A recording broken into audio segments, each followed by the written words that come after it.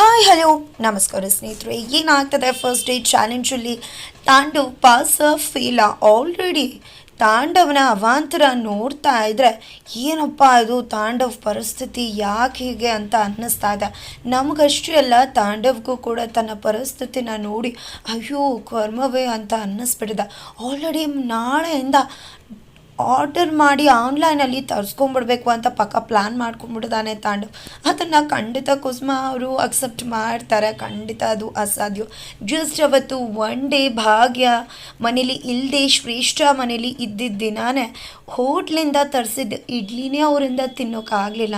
ಅಂಥದ್ರಲ್ಲಿ ತಾಂಡವ್ ಆನ್ಲೈನಿಂದ ಆರ್ಡರ್ ಮಾಡಿದ್ರೆ ತಿಂತಾರೆ? ಖಂಡಿತ ಇಲ್ಲ.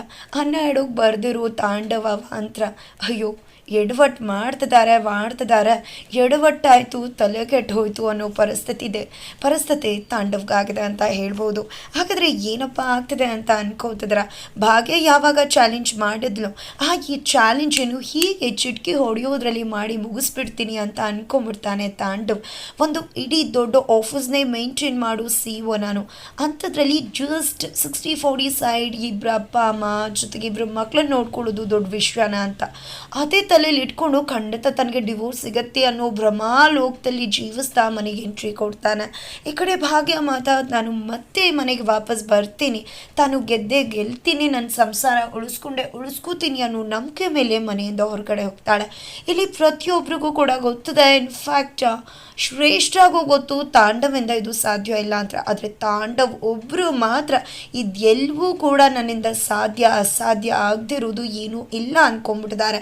ಈ ಕಡೆ ಪೂಜಾ ಕೂಡ ಶ್ರೇಷ್ಠಗೆ ಭಾವ ಗೆಲ್ಲಲ್ಲ, ಈ ಟಾಸ್ಕಲ್ಲಿ ಡಿವೋರ್ಸ್ ಆಗಲ್ಲ ಅಂತಾನೆ ಚಾಲೆಂಜ್ ಮಾಡಿ ಬಂದಿದ್ದಾಳೆ. ಈ ಕಡೆ ಭಾಗ್ಯ ಕೂಡ ಹಾಗೆ ಅಂದ್ಕೊಂಡಿದ್ದಾರೆ. ಬಟ್ ಇಲ್ಲಿ ತಾಂಡವ್ ಮಾತ್ರ ಚಾಲೆಂಜಲ್ಲಿ ಗೆಲ್ತೀನಿ ಅಂತ ಅಂದ್ಕೊಂಡು ಸಿದ್ಧವಾಗಿದ್ದಾರೆ. ಜೊತೆಗೆ ಮಕ್ಕಳನ್ನು ಓಲೈಸಬೇಕು, ಅವರನ್ನ ಅಪ್ಪ ಅಂತ ಹೇಳಬೇಕು ಅಂತ ತುಂಬಾ ಟ್ರೈ ಮಾಡ್ತಿದ್ದಾರೆ. ತಾಂಡವ್ ಜೊತೆಗೆ ಮಕ್ಕಳು ತನ್ನ ಪರ ಇರಬೇಕು ಅಂತ ಅಂದ್ಕೊಂಡಿದ್ದಾರೆ. ಆದರೆ ಇಲ್ಲಿ ಮಕ್ಕಳುಗಳು ಮಾತ್ರ, ಅದರಲ್ಲೂ ಗುಂಡಣ್ಣ ಅಂತೂ ಅಪ್ಪನ ಕಂಡ್ರೆ ಉರಿದು ಬೀಳ್ತಿದ್ರೆ ತನ್ವಿ ಆಲ್ರೆಡಿ ಮೆಲ್ಟ್ ಆಗ್ತಿದ್ದಾಳೆ. ಇನ್ನೇನು ಊಟದ ಸಮಯ ಆಯಿತು. ಆಲ್ರೆಡಿ ಪೂಜಾ ಕೂಡ ಮನೆಗೆ ಬಂದಿದ್ದಾಳೆ. ಹೇಗೂ ಅಕ್ಕ ಅಲ್ಲ, ಪೂಜಾ ಇಲ್ಲಿದ್ದರೆ ಕುಸುಮ ಆಂಟಿಗೆ ಸಹಾಯ ಆಗತ್ತೆ ಅಂತ ಇಲ್ಲಿ ಪೂಜಾ ಇಲ್ಲೇ ಉಳ್ಕೋತಾಳೆ. ಆದರೆ ಇಲ್ಲಿ ಈಗ ಎಲ್ರಿಗೂ ಕೂಡ ಊಟದ ಸಮಯ. ಅಪ್ಪ ಅಮ್ಮ ಇಬ್ಬರು ಮಕ್ಕಳು ಪೂಜಾ ಎಲ್ಲರೂ ಕೂತ್ಕೊಂಡಿದ್ದಾರೆ. ತಾಂಡವ್ ಬಂದು ಊಟ ಬಡಿಸ್ಬೇಕು. ಆದರೆ ಒಂದು ಟ್ವಿಸ್ಟ್, ತಾಂಡವ್ ಕೂಡ ಬಂದು ಊಟ ಕೂತ್ಕೊಂಡಿದ್ದೆ. ಅಮ್ಮ ಊಟ ಬಡಿಸು ಅಂತಿದ್ದಾರೆ. ಹಾಗಿದ್ರೆ ತಾಂಡವ್ ಯಾಕಪ್ಪ ಬಂದಿದ್ದು? ಭಾಗ್ಯ ಮಾಡು, ಎಲ್ಲ ಕೆಲಸ ಮಾಡಿ ತನ್ನ ಮನೆಯವ್ರನ್ನ ನೋಡ್ಕೋಬೇಕು ಅನ್ನೋದು ಆಲ್ರೆಡಿ ಮರ್ತೋಗ್ಬಿಟ್ಟಿದೆ ಅನಿಸುತ್ತೆ ತಾಂಡವ್ಗೆ. ಹಾಗಾಗಿ ಅಮ್ಮ ಊಟ ಬಡಿಸು ಅಂದಾಗ ಏನಪ್ಪ ಬಡಿಸ್ತಾರೆ ಇಲ್ಲಿ? ಯಾರಿದ್ದಾರೆ ಇಲ್ಲಿ ಊಟ ಬಡಿಸೋಕೆ? ನಮ್ಮ ಭಾಗ್ಯ ಇದ್ದಾಳೆ ಊಟ ಬಡಿಸೋಕೆ. ನೀನೇ ತಾನೇ ಬಡಿಸ್ಬೇಕು ಅಂದಾಗ ಏನೋ ಊಟ ಬಡಿಸ್ಬೇಕು ತಾನೆ, ಅದಕ್ಕೆ ಯಾಕೆ ಇಷ್ಟು ಮಾತು? ಹೋಗಿ ಬಡಿಸ್ತೀನಿ ರೀ ಅಂತ ಹೇಳಿ ತಾಂಡವ್ ಅಡುಗೆ ಮನೆಗೆ ಹೋಗ್ತಾನೆ. ಅಡುಗೆ ಮನೆಗೆ ಹೋದ ತಾಂಡವ್ಗೆ ಊಟ ಬಡಿಸೋಕಲ್ಲಿ ಊಟನೇ ಇಲ್ಲ. ಅಮ್ಮ ಏನಿದೆ, ಯಾವ ಅಡುಗೆನೂ ಮಾಡಿಲ್ವಲ್ಲ ನೀನು ಅಂತ ಹೇಳ್ತಿದ್ರೆ ಏನು ಮಾತಾಡ್ತಿದ್ಯಾ ತಾಂಡವ್ ನೀನೇನು ಮಾಡಿದ್ಯೋ ಅದನ್ನು ತಂದು ಬಡಿಸಪ್ಪ ಅಂದಾಗ ನಾನು ಏನೂ ಮಾಡೇ ಇಲ್ಲ ಅಂತಾರೆ. ಹೌದಾ, ಏನೂ ಮಾಡಿಲ್ವಾ? ನಮ್ಮ ಭಾಗ್ಯ ಇದ್ದಿದ್ರೆ ಇಷ್ಟೊತ್ತಿಗೆಲ್ಲ ನಮ್ಮ ಹೊಟ್ಟೆಗೆ ಊಟ ಹಾಕಿರ್ತಿದ್ಲು, ಏನೂ ಮಾಡಿಲ್ವಂತೆ ಅಂದಾಗ ಅದಕ್ಕೆ ಯಾಕೆ ಓವರ್ ಬಿಲ್ಡಪ್ಪು? ಆಲ್ರೆಡಿ ನನ್ನನ್ನು ಕುಗ್ಸೋಕೆ ಬಂದುಬಿಟ್ರಾ? ಏನೇ ಮಾಡಿದ್ರು ಅದರಲ್ಲಿ ದೋಷ ಕಂಡುಹಿಡಿಯೋದಲ್ವಾ? ಈಗ ಹೋಗಿ ಅಡುಗೆ ಮಾಡ್ತೀನಿ, ಹೇಗೆ ಮಾಡಬೇಕು ಹೇಳು ಅಂದಾಗ ನನಗೆ ಯಾಕಪ್ಪ ಕೇಳ್ತಿದ್ಯಾ? ಒಂದು ದೊಡ್ಡ ಕಂಪ್ನಿ ನಡೆಸೋ ನೀನು, ಅಂಥದ್ರಲ್ಲಿ ನಿನಗೆ ಅಡುಗೆ ಮಾಡೋಕ್ಕೆ ಬರಲ್ವಾ? ನನ್ನ ಮಗನಿಗೆ ಅಡುಗೆ ಮಾಡೋಕ್ಕೆ ಬರಲ್ವೇನೆ ಪೂಜಾ? ಅನ್ನಕ್ಕೆ ನೀರು ಇಟ್ಬಿಟ್ರೆ ಆಯ್ತಪ್ಪ, ತರಕಾರಿ ಹಾಕಿ ಸಾಂಬಾರು ಮಾಡಿಬಿಟ್ರೆ ಆಯ್ತಪ್ಪ ಅಂತ ರೇಗಿಸ್ತಿದ್ದಾನೆ. ಯಮ್ಮಂಗೆ ಸಹಾಯ ಮಾಡು ಅಂತ ಹೇಳಿದ್ರು ಬೇಕಲ್ಲ ಅಂತಾನೆ ಈ ರೀತಿ ಮಾತಾಡ್ತಿದ್ರ. ಅದೇನು ಕಷ್ಟ ಮಾಡ್ತೀನಿ ಅಂತ ಏನಿದೆ ಅಂತ ಗೊತ್ತಿಲ್ಲ, ಕಷ್ಟಪಟ್ಕೊಂಡು ಅದು ಇದು ಏನೇನೋ ಮಾಡಿ ಅನ್ನ ತೊಳೆದು ಅಕ್ಕಿ ತೊಳೆದು ಅದಕ್ಕೆ ಒಂದಷ್ಟು ನೀರು ಊದು, ಎಷ್ಟು ಹಾಕಬೇಕು ನೀರು ಅಂತ ಗೊತ್ತಿಲ್ಲ, ಸುಮ್ಮನೆ ಸುರಿದು ಅನ್ನಕ್ಕಿಟ್ಟಿದ್ದಾನೆ ತಾಂಡವ್. ಈ ಕಡೆ ಸಾಂಬಾರು ಮಾಡಬೇಕು, ತರಕಾರಿ ಬೇಯಿಸ್ಬೇಕು ಅಂದರೆ ಪ್ಲಾಸ್ಟಿಕಲ್ಲಿ ಇಟ್ಕೊಂಡು ಅದನ್ನು ಓವನ್ಗೆ ಇಟ್ಬಿಟ್ಟಿದ್ದಾನೆ. ಈ ಕಡೆ ಏನಪ್ಪ ಇದು ಸ್ಮೆಲ್ ಬರ್ತಿದೆ, ಏನೋ ಮಾಡಿದೆ, ಅನ್ನ ಸೀಸ್ಬಿಟ್ಟಿಯಾ ಸಾಂಬಾರು ಸೀಸ್ಬಿಟ್ಟಿಯಾ ಅಂದಾಗ ಏನೂ ಇಲ್ಲ ಅಮ್ಮ ಅಂತ ಹೇಳ್ತಿದ್ದಾನೆ ತಾಂಡವ್. ಹಾಗಿದ್ರೆ ಬಟ್ಟೆ ಏನಾದರೂ ಇಟ್ಬಿಟ್ಟಿಯಪ್ಪ ಅಂದಾಗ ಯಾವ ಬಟ್ಟೆನೂ ಇಟ್ಟಿಲ್ಲ ಅಮ್ಮ, ಸುಮ್ಮನೆ ತಲೆ ಕೆಡಿಸ್ಬೇಡ ಅಂದ್ಕೊಂಡು ಯೋಚನೆ ಮಾಡಿದ್ರೆ ಓ ಮೈ ಗಾಡ್, ಓವನಲ್ಲಿ ಪ್ಲಾಸ್ಟಿಕ್ ಇಟ್ಟಿದ್ದೀನಿ ಅದೇನಾದರೂ ಸೀದೋಯ್ತಾ ಅಂದ್ಕೊಂಡು ಮೊದಲು ತೆಗಿತಾನೆ.